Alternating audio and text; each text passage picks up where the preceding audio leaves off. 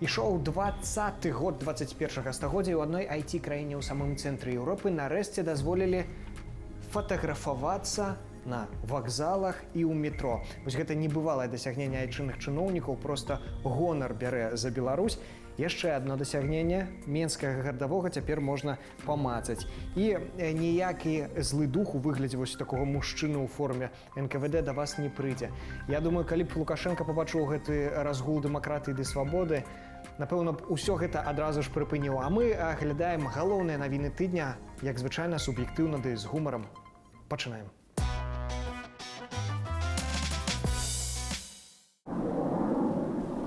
Яшчэ адна краіна будзе дасяжная без візы ўладальнікам беларускіх пашпартоў ужо з 25 ліпеня. Днямі арабскія ды арабскія эміраты падпісалі пагадненне аб бязвізавым рэжыме.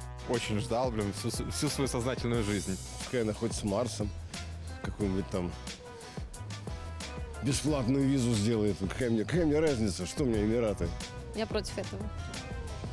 Не знаю, я считаю, что наши белорусы должны быть у нас в Беларуси. Ну, ввели, я думаю, для государства это значит чем-то, как можно сказать, я даже не знаю, как сказать, значит, так надо. По-моему, как так, 50 на 50. И без них жили нормально, и появились нормально. Доволен. Белоруссия самая хорошая у нас, самая крепкая, самая дисциплинированная. Ни войны нету, ничего. Все, слава Богу, чтобы так и жить в Беларуси. Такім чынам, акрамя Самоа, Сан-Сальвадору, Намібіі, Нікарагуа, Гамбіі, Сент-Вінценту і Гранадынаў, Сейшэльскіх ды астравоў Мікранезіі, беларусам цяпер нарэшце будзе дасяжная і заможная краіна. Вы знаете что? Так как я не выезжаю за границу, то мне все равно, по большому счету. Я думаю, экономикой это будет интересно, на самом деле. Арабские Эмираты не бедная страна.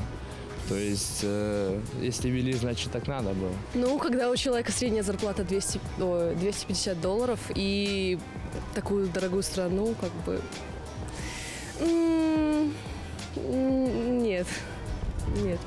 В голове как-то лучше это звучало.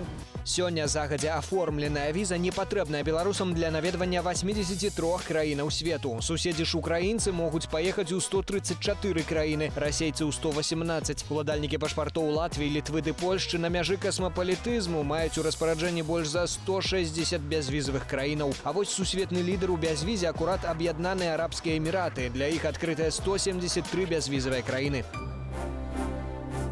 Аднак ані бязвіз, ані шматлікія запрашэнні ды рэклама не здолелі завабіць у Беларусь замежных турыстаў на другія еўрапейскія ды першыя галодныя гульні. Трыбуны давялося запаўняць з дапамогаю бюджэтнікаў, бясплатных квіткоў ды нават самога Лукашэнкі, бадай адзінага гледача, хто прыйшоў туды з уласнай волі. А вось у фан-зоны, якіх у Менску ажно 3, нікога не заганялі. І вынік аказаўся крыху прадказальны. Итак, под ваши аплодисменты Алексей Хлестов! Всем добрый вечер, дамы и господа, добрый вечер! Я смотрю, что вас не совсем много, но все равно. Валанцёры, вось асноўныя заўзятары і турысты ў Менску гэтымі днямі. Паводле афіцыйных звестак у Менск прыехалі толькі каля 12 тысячаў замежнікаў, з якіх траціна спартоўцы. На фан-зоне никого нету, поэтому телевидение снимает более-менее загруженную Советскую улицу. Показуха. Белорусская показуха. Каштавала ж спартовая забава $265 мільёнаў замест чаканых 40. Каб яна акупілася, кожны замежны турыст мусіў бы выдаткаваць больш за $8,5 тысяч.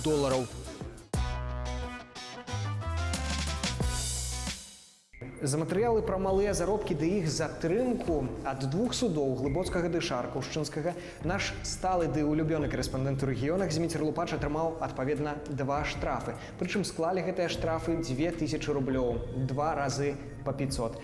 Аплаціць ён вырашыў іх незвычайным крэатыўным чынам, якім распавядзе ўласна сам Зміцер Лупач. Калі ласка.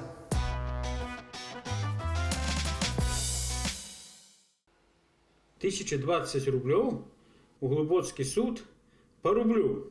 Вядома, я не збіраюсь у сечы суд, але штраф я рашыў заплаціць платежамі по рублю. По 1 рублю. Оплачивать штрафы не одной квитанции, а по 1 копейке, по 3 копейки, по 5 копеек.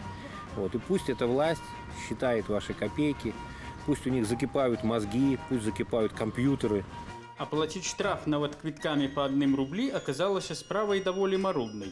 Але мне дастаўляе задавальненне ад адчування таго, што я ўдзельнічаю ў фінансаванні дзяржаўных расходаў. Ну вось атрымалася 1020 чекаў у 2 экземплярах, адзін мне, адзін у суд. Безумоўна, хацелася, каб гэтыя грошы пайшлі на нешта вартае, а не на розныя помнікі камсамольцам і камуністам. 1020 рублёў – это якраз $500, сакральная лічба для беларусаў. На працягу ўжо колькі гадоў это становіцца недасяжнай беларускай марай. А Глыбоцкі суд у мяне эту мару забраў. Бюджет надо чем-то наполнять. Вот. Когда бюджет не наполняет экономика, то бюджет наполняет штрафные санкции. Вось тут змешчаны найлепшыя працаўнікі і працоўныя калектывы раёна. Для мяне тут месца не знайшлося. Хоць за апошнія 2 гады заплаціў дзяржаве амаль 11 000 рублёў. І гэта толькі штрафаў, не лічачы падаткаў. А Шаркаўшчынскі суд нагул даслаў мне сваё рашэнне на паперцы фармату А5. Відаць, сапраўды бедны раён, эканоміць. Але я затое квіток раздрукаваў на вялікім фармаце, каб хаця ж убачылі, што заплаціў. Але гэтыя грошы, відавочна, эканоміку раёну не ўратуюць. Гэтак чыноўнікі розных масяў змагаюцца з праўдай. Але не спыніць, як не спыніць рэчкі або ўсходу сонца. А тым, хто чыніць для яе перашкоды, хочацца нагадаць словы беларускага класіка. Каб сонца засланіць, вушэй асліных мала. Зміцер Лупач, суб'ектыў, Белсат.